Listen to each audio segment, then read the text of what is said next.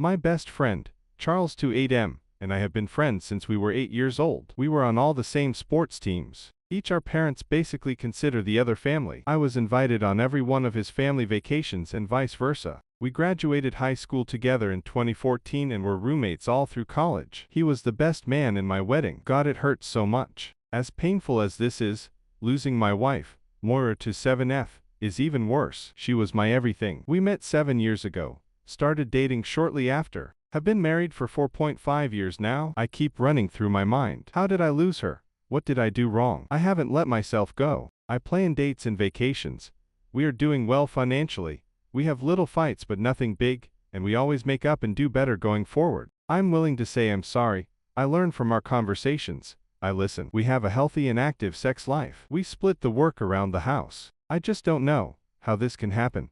I'm hunting for reasons and I can't find them. I'm so lost. Maybe I'm blind to my own faults. I wish you would have talked to me. It's so painful to say out loud what has transpired. I'm sitting here now trying to type it out, but it's hard with the tears rolling down my face. 2 months ago, Charles' longtime girlfriend ended their relationship. He took it really hard. Moira and I have been doing our best to cheer him up. In fact, a week after their breakup, Moira took him out to coffee, to just let him get a woman's perspective while he vented. When she came back home after, she was noticeably mad and kind of ranting about Charles' ex. She was saying things like, that woman never deserved him. He's a catch, and she will regret it. And so on. We were all close. Charles and Moira were good friends too. I felt the same as she did and chalked it up to just her being protective. Over the next week she was on her phone a lot. When I asked who, she would tell me she was messaging Charles, giving him a little pick-me-up. I thought nothing of it really. Then over the last 7 or 8 weeks, she started running more errands, going to meet friends for coffee or lunch more often. Charles was also acting a little odd. I was trying to be there for him,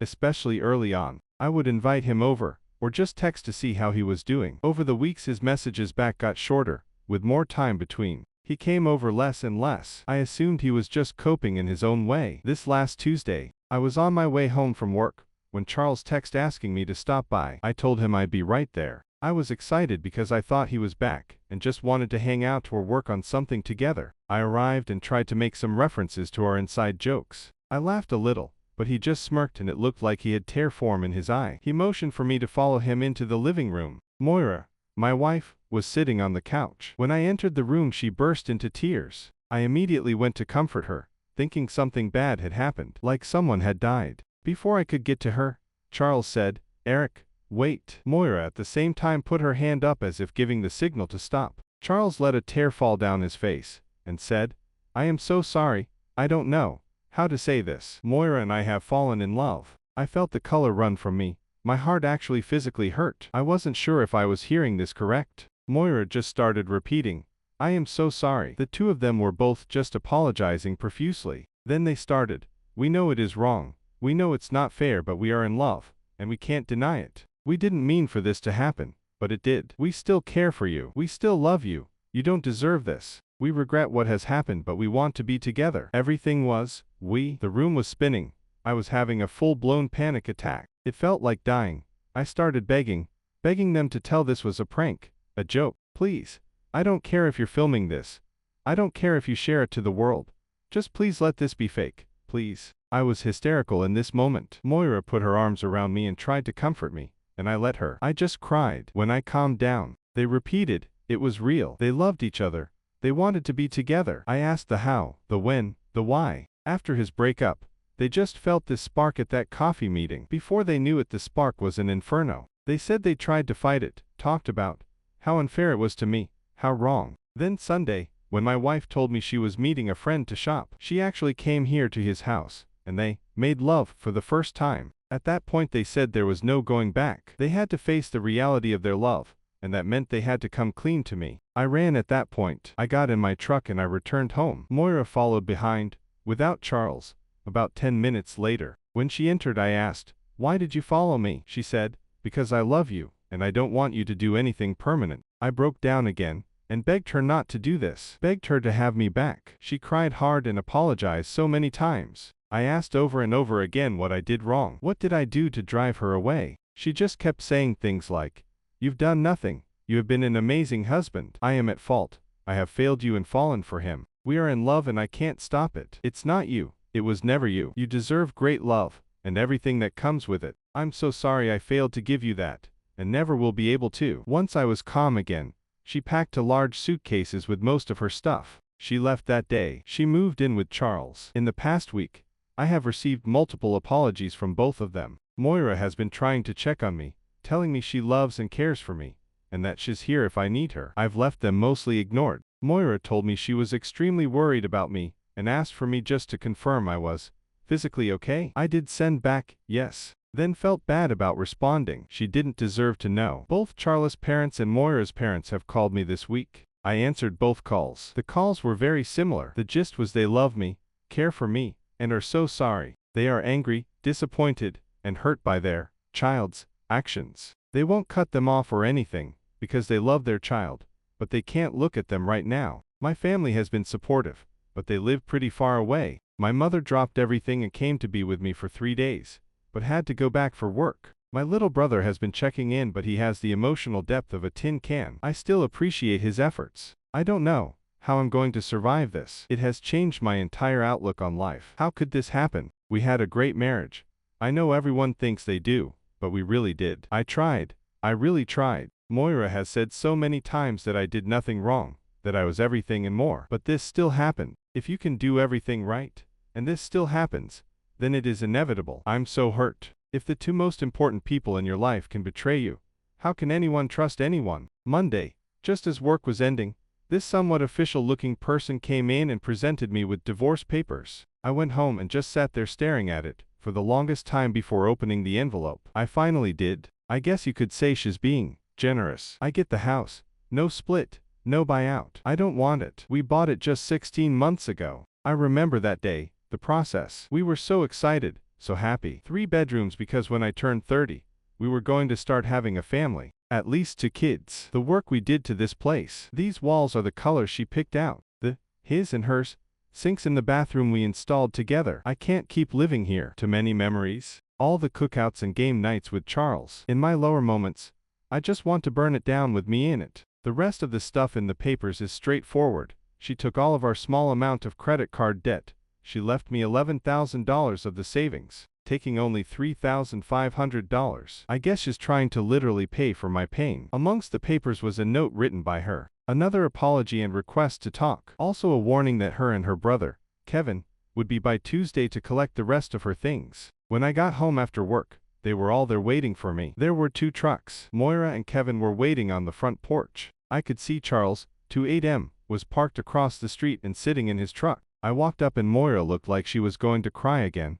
I'm sure I looked terrible. She tried to hug me, but I put my hand up. I pointed towards Charles and said, "What is he doing?" Moira said, "He doesn't feel right coming in, and says he has no right to be in your home. We needed him to drive one of the trucks." I shook my head and let them in. Kevin did pull me aside at one point and apologize. Told me he always considered me a brother, that this is a bad deal. He didn't really want to help, but it's his sister. They've always been close. I know he is here because they don't want me making a scene. When they loaded the rest of her personal things, and the few pieces of furniture that were hers from before our marriage, Kevin said, "I'll be right outside." I had spent most of their visit sitting on the backyard slab, thinking about how Charles and I were going to build a deck on this very spot this summer. When I noticed that they appeared to be finishing up, I had gone back in. When Kevin walked out, I thought, here we go. Time to dump another 10k tons of pain on me. I wasn't wrong. Moira told me she thinks she is 6 weeks pregnant. She didn't want me finding out from someone else or at a sensitive moment. She felt she owed it to me to tell me herself. I asked, was that an accident or was the waiting until 30 rule only for me? She looked sad. I saw that little quiver in her lip. We want a family now. I went off birth control the same day I moved in. I'm so sorry for how this all happened. I sat down on the couch. She took a step towards me then stopped. She turned and went for the front door. So much suffering, I couldn't hold it in. Was I just a placeholder? Is Charles who you always wanted? Did you pick me because it meant you get to be around him? I just don't understand. You've been in each other's lives for years. I've never suspected anything. The most he's ever said about you that would lead me to think anything was that I am a lucky man. I just don't get it. I had tears again. She turned and ran back over, putting her hand on my back. She was direct in tone. No. Nothing like that. Nothing had ever happened between us ever. I loved you. You are amazing. This just happened.